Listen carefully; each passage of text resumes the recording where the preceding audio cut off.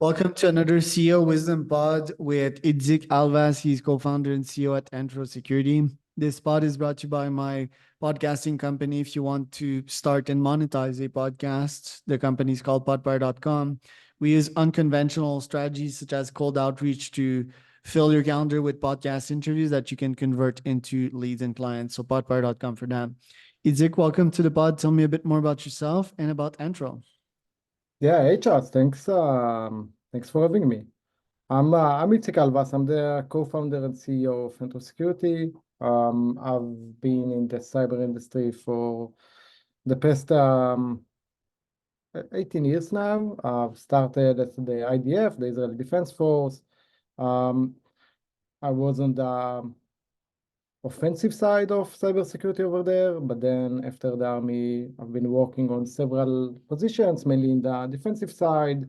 So prior of Entro Security, I was in charge for the internal security of Microsoft Defender for Azure. And then part of that, I was a CISO, Chief Information Security Officer of an healthcare company. So yeah, that's me. And Entro Security is a security company, so we protect programmatic credentials for security teams.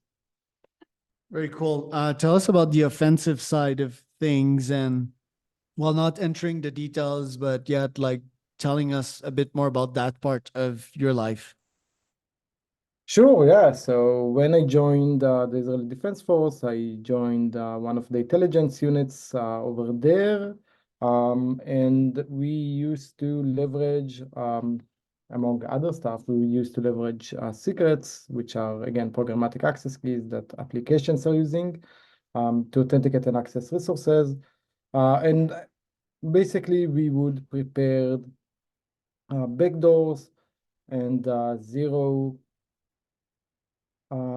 nation state attacks for the D-Day when the government would decide to operate them.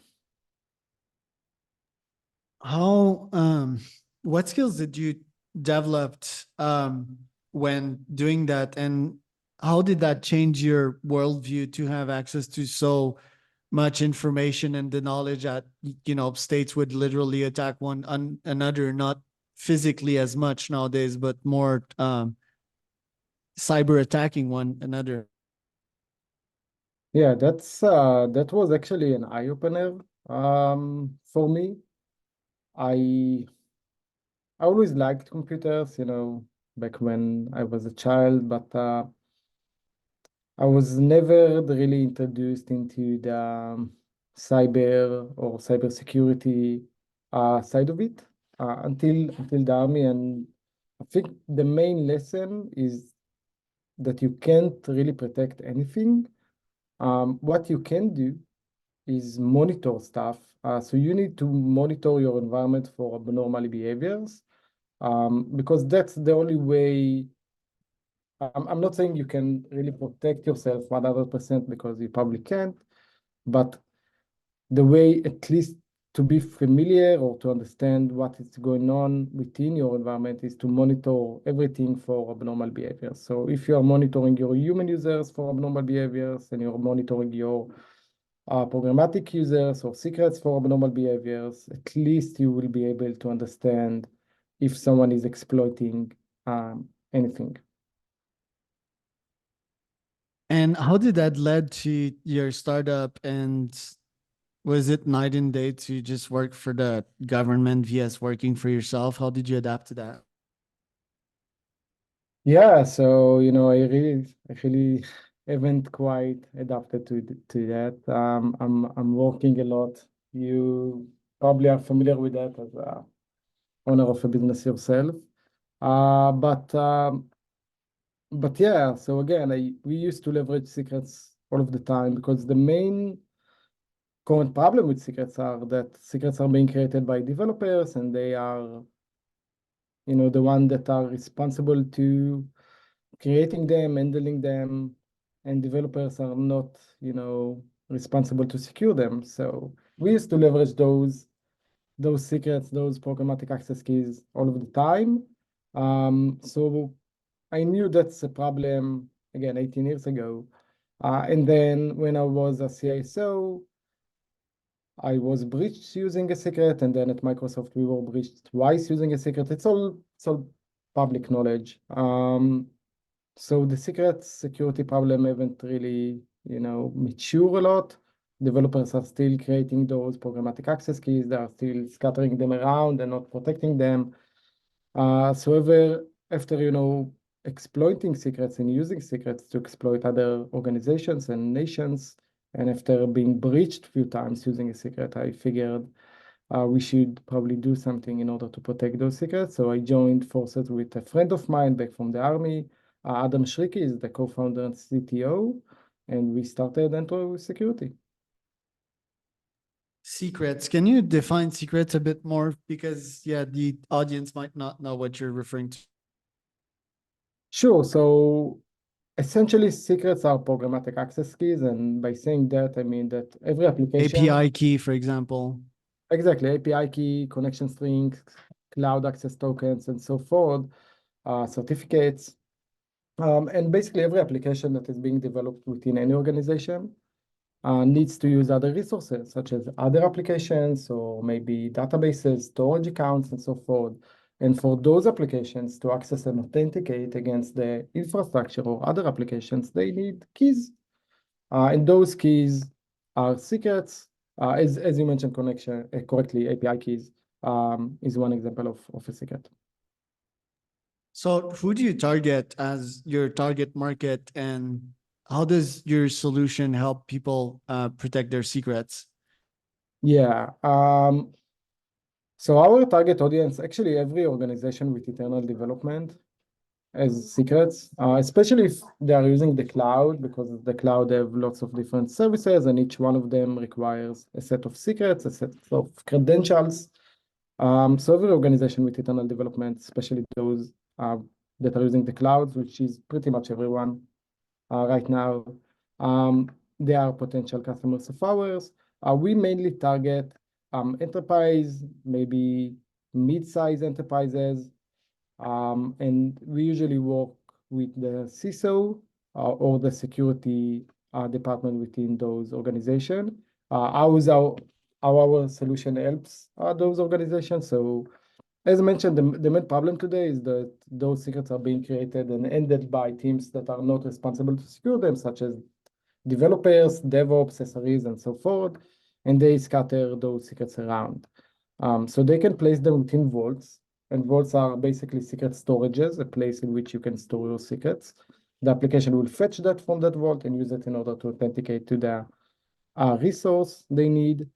But today, organizations have lots of different vaults. They have, AWS Secrets Manager, HashiCorp Vault. If you're using GitHub, you're probably using GitHub secrets. If you're using Kubernetes, you're using the vault offering of Kubernetes secrets, and so forth. So secrets are scattered within vaults, and then they are being committed into code. They are being sent over Slack or Teams. They are being within Wikipedia and so forth. So trying to understand as a security professional how many secrets we have and where are they, that's a big challenge today.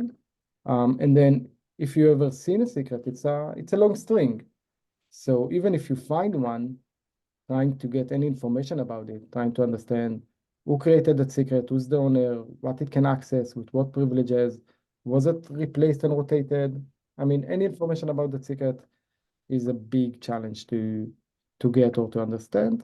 And those are the main reasons why security teams are struggling to add protection over those secrets, because they have no idea how many secrets they have, where are they, and then what they can do. So what we're doing, we actually are able to scan your entire organization, every solution, and create a secret inventory that answers the question of how many secrets you have within your environment and where are they, how many secrets are within vaults, and how many secrets are exposed or outside of the vaults, how many secrets are committed into your code or within config files or cloud assets, and so forth. So creating a secret inventory, that's the first pillar. And then for every discovered secret, we are able to classify and enrich it, and basically visualize the map around it of which application is using what secret to access what service, and other vital data around that secret, such as who's the owner, what privileges that secret have, Was it ever rotated, and so forth. So basically everything a security professional will need to know in order to understand the blast radius of that secret or the severity. And then we also continuously monitoring those secrets for any abnormal behavior. So going back to keep monitoring stuff for abnormal behaviors, we're doing that for secrets. So if your secrets are being accessed from Bangladesh and you don't have a business over there, I assume you would like to be alerted about that. If someone is downloading secrets from your vault, again, we will alert you for that. And then we have other pillars such as vaults misconfiguration, public leakage of secrets, dark web leakage of secrets, over permissive secrets, and others. We are an holistic solution for secret security for security teams. Interesting. And how many clients do you have? What do you charge? Yeah, so we have over a dozen customers, mainly enterprise. And then we have a few different packages and prices. So we fit according to the organization size and needs.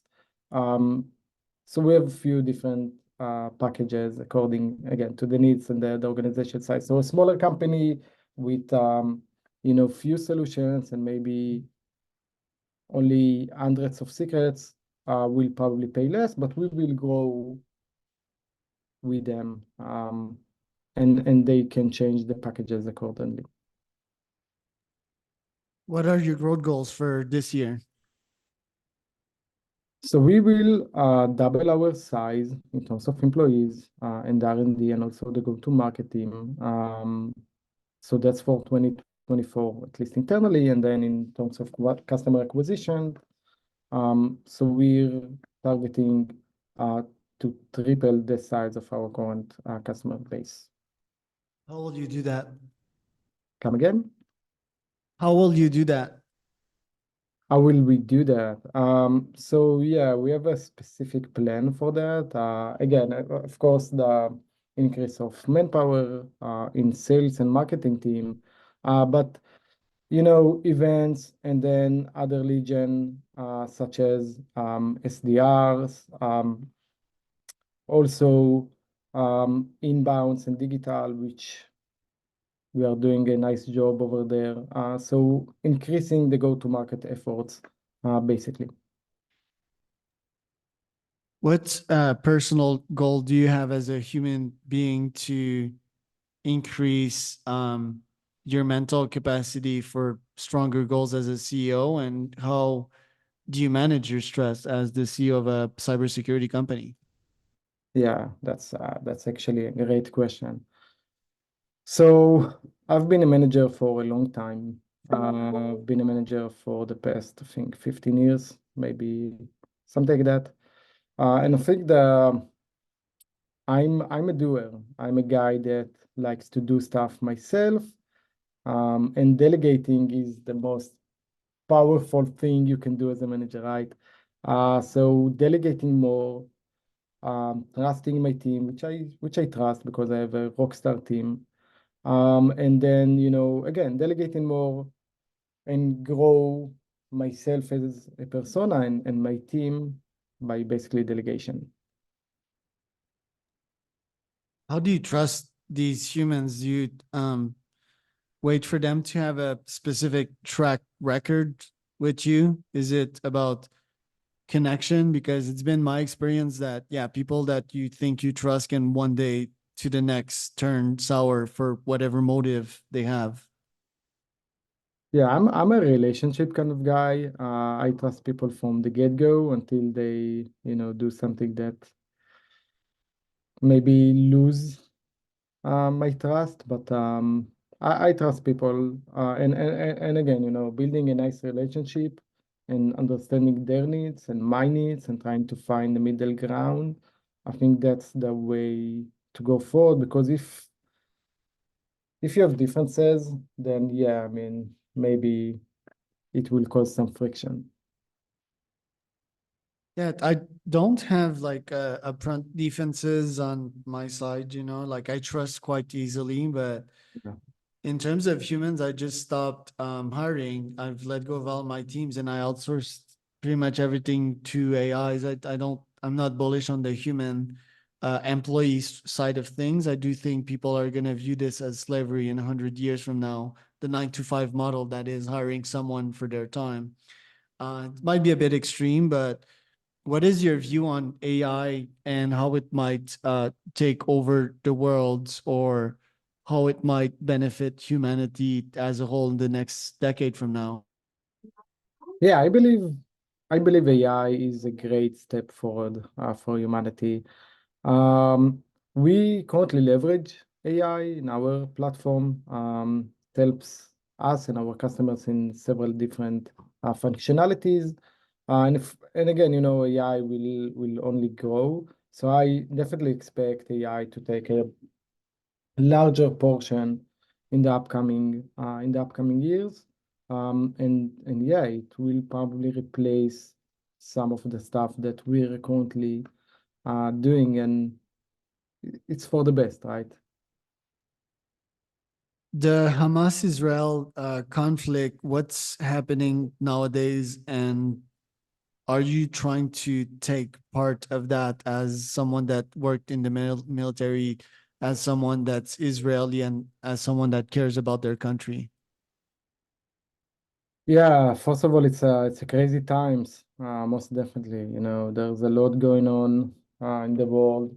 And yeah, in our small country, Israel, there's a lot going on right now as well. So, going back to the start of it, October 7th, we verified everybody is all right, and some of us went to reserved military duty.